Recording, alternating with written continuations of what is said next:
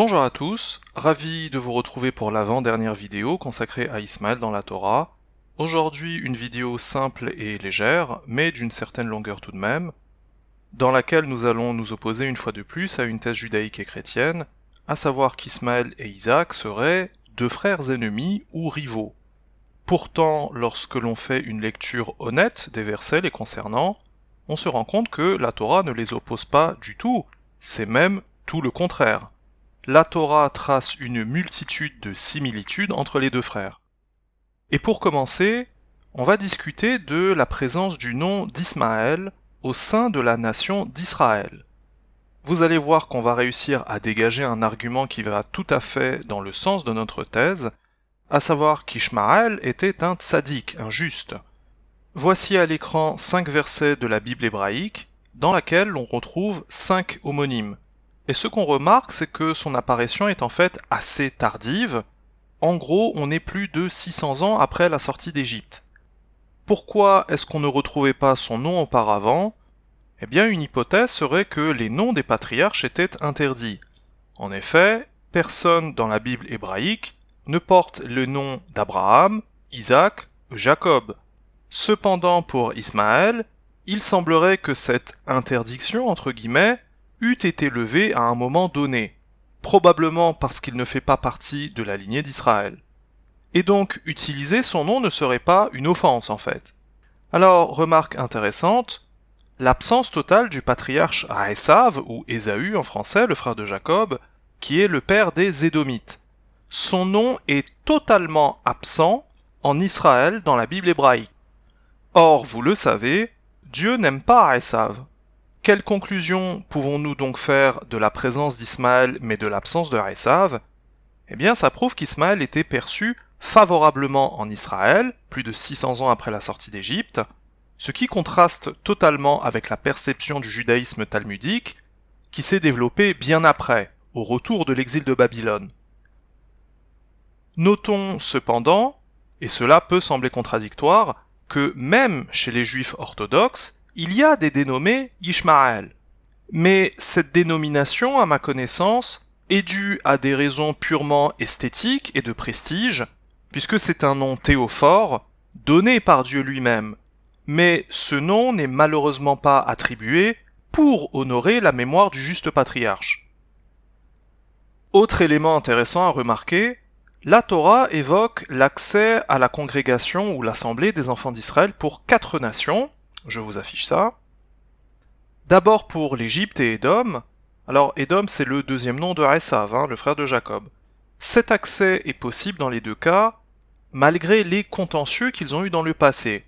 Pour les Égyptiens, c'était l'esclavage et avoir tué les fils, les nouveau-nés.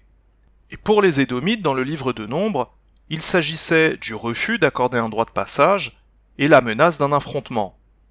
L'entrée dans la congrégation d'Israël est possible pour ces deux peuples, mais avec un décalage de 3 générations. Pour les deux autres nations, Ramon et Moab, les descendants de Lot, Lot qui est le neveu d'Abraham, cet accès leur est complètement restreint. Ils n'ont pas le droit d'y entrer, en tout cas pour les hommes. Et l'information intéressante ici, c'est justement l'information absente. La Torah ne dit rien à propos des Ismaélites. Alors, comment interpréter cette absence ? Eh bien, vous l'avez deviné, ça prouve que les Israélites n'étaient pas en conflit avec les descendants d'Ismaël. Mais davantage, ça prouve qu'Ismaël n'a pas transmis à ses descendants une quelconque hostilité envers les enfants d'Israël. La terre fertile de Canaan pour les Israélites et le désert pour les Ismaélites, tel fut le décret de Dieu qu'Ismaël accepta. Et justement, il y a un verset qui témoigne de cette acception de la part d'Ismaël. C'est à l'occasion de la mort de leur père Abraham dans Genèse 25:9. Et ce qui saute aux yeux dans le verset, c'est qu'Isaac est placé en premier. Ça c'est très important, puisque ça signifie que l'ordre qui est adopté par la Torah est celui de l'héritage et non pas de l'aînesse. Sauf que ce n'est pas du tout ce que la Torah va faire à la mort d'Isaac. Ses fils Esav et Jacob ne sont pas placés par ordre d'héritage, mais par ordre d'aînesse. Or, cet ordre les concernant est absurde, puisque vous le savez, Esav avait vendu son droit d'aînesse à Jacob. Donc à aucun moment pour la mort d'Isaac, la Torah n'aurait dû placer Esav en premier. Ce qui nous force donc à comprendre que dans le cas d'Ismaël, Isaac a été placé en premier parce qu'Ismaël avait accepté qu'Isaac ait la primauté entre eux, tandis que dans le cas de Esav et Jacob, Esav n'avait en réalité jamais accepté que son frère Jacob lui passe devant. Donc ici se cache une preuve supplémentaire qu'Ismaël et Isaac n'étaient pas ennemis ni rivaux, puisqu'eux-mêmes, et par la suite leur descendance, étaient en paix. Et concernant le point de discorde qu'est l'héritage de la terre de Canaan, et que nous avions précédemment étudié, cette discorde n'a pas lieu entre les deux frères, mais plutôt entre Abraham et Sarah, que Dieu était venu arbitrer. En d'autres termes, bien que les deux soient concernés, la dispute n'a pas eu lieu entre eux. Continuons avec le parallèle entre Ismaël et Isaac d'un côté, et Esav et Jacob de l'autre. On remarque que la mort d'Ismaël est rapportée dans la Torah, alors que celle de Esav, elle, n'apparaît pas. Comment expliquer cette différence de traitement ? Eh bien, le roi David et son fils Salomon vont nous aider. Psaume 116, verset 15. « Précieux est aux yeux de l'Éternel la mort de ses chassidav, de ses dévoués ou de ses saints. » Proverbe 10, verset 7. « La mémoire du tzaddik, du juste, est en bénédiction, mais Shem, le nom ou la réputation des méchants, pourrira. » Dieu ne rapporte pas la mort de Esav dans la Torah, car Dieu ne veut pas honorer sa vie au travers de sa mort, tout simplement parce que Esav lui-même n'avait pas honoré Dieu de son vivant.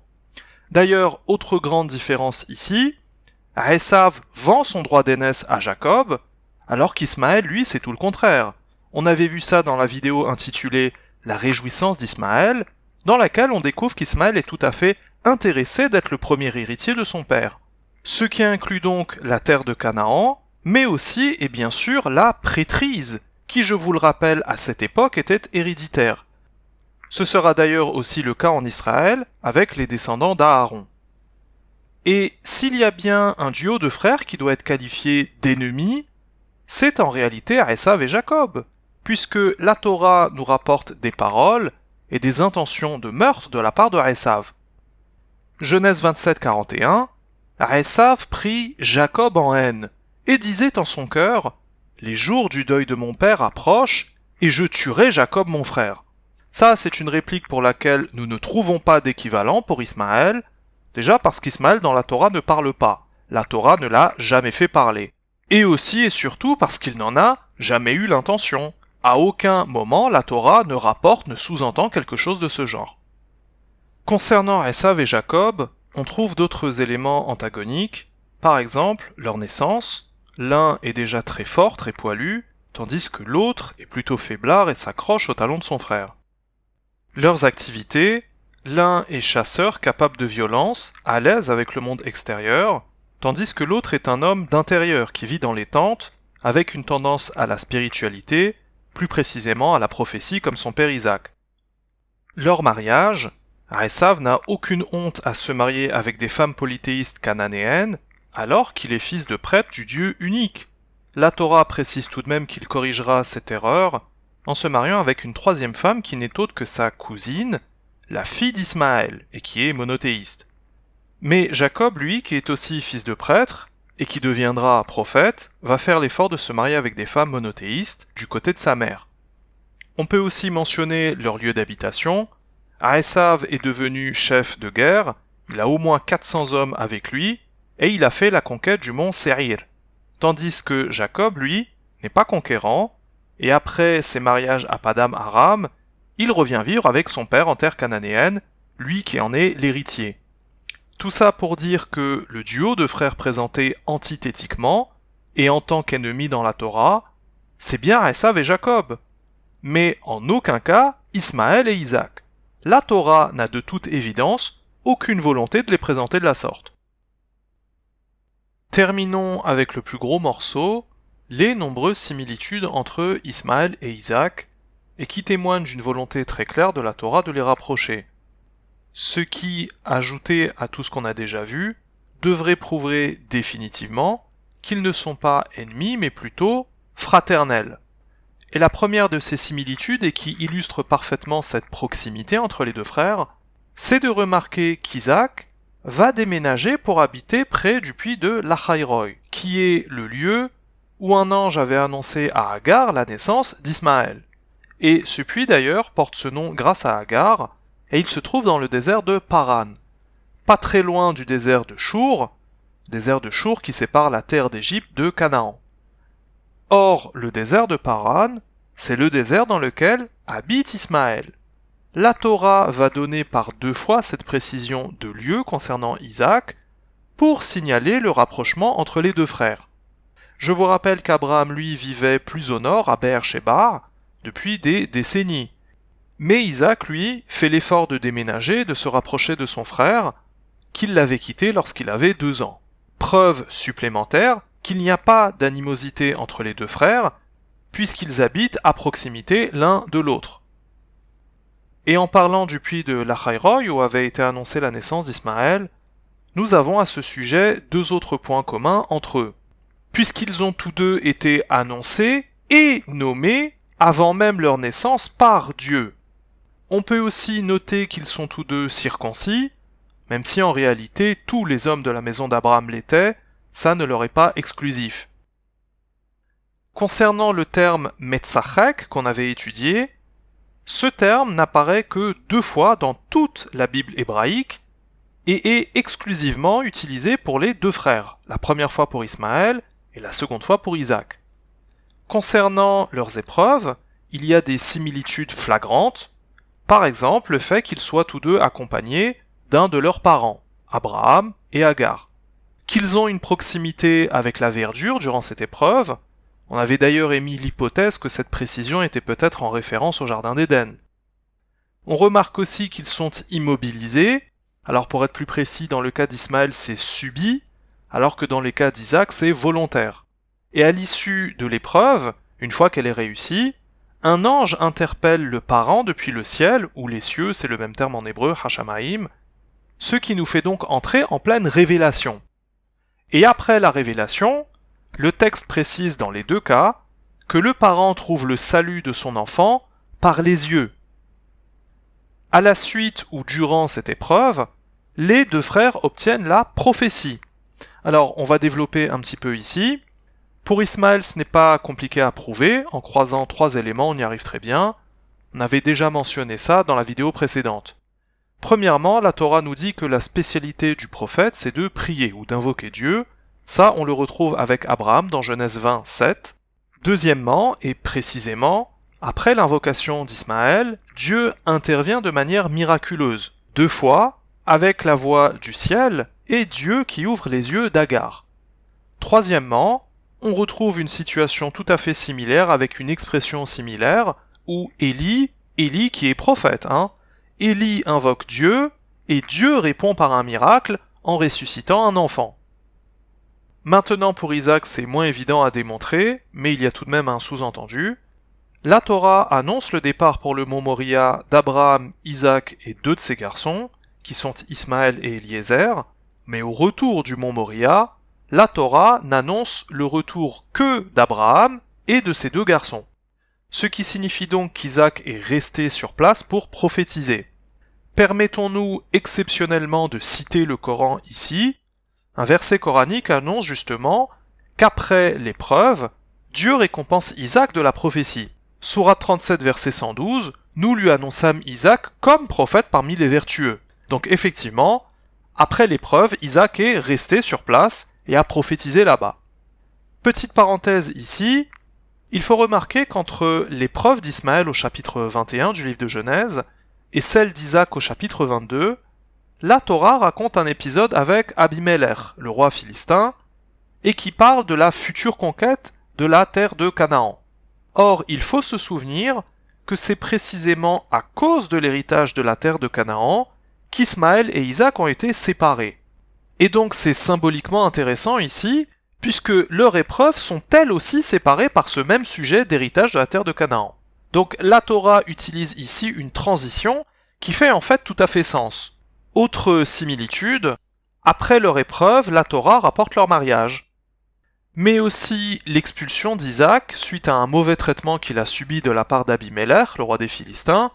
Donc ici encore, similitude entre les frères, les deux auront connu l'expulsion dans leur vie. Et pourquoi Abimelech avait disputé avec Isaac et l'a poussé à l'exil? Eh bien c'est parce que Dieu était intervenu pour le faire récolter le centuple.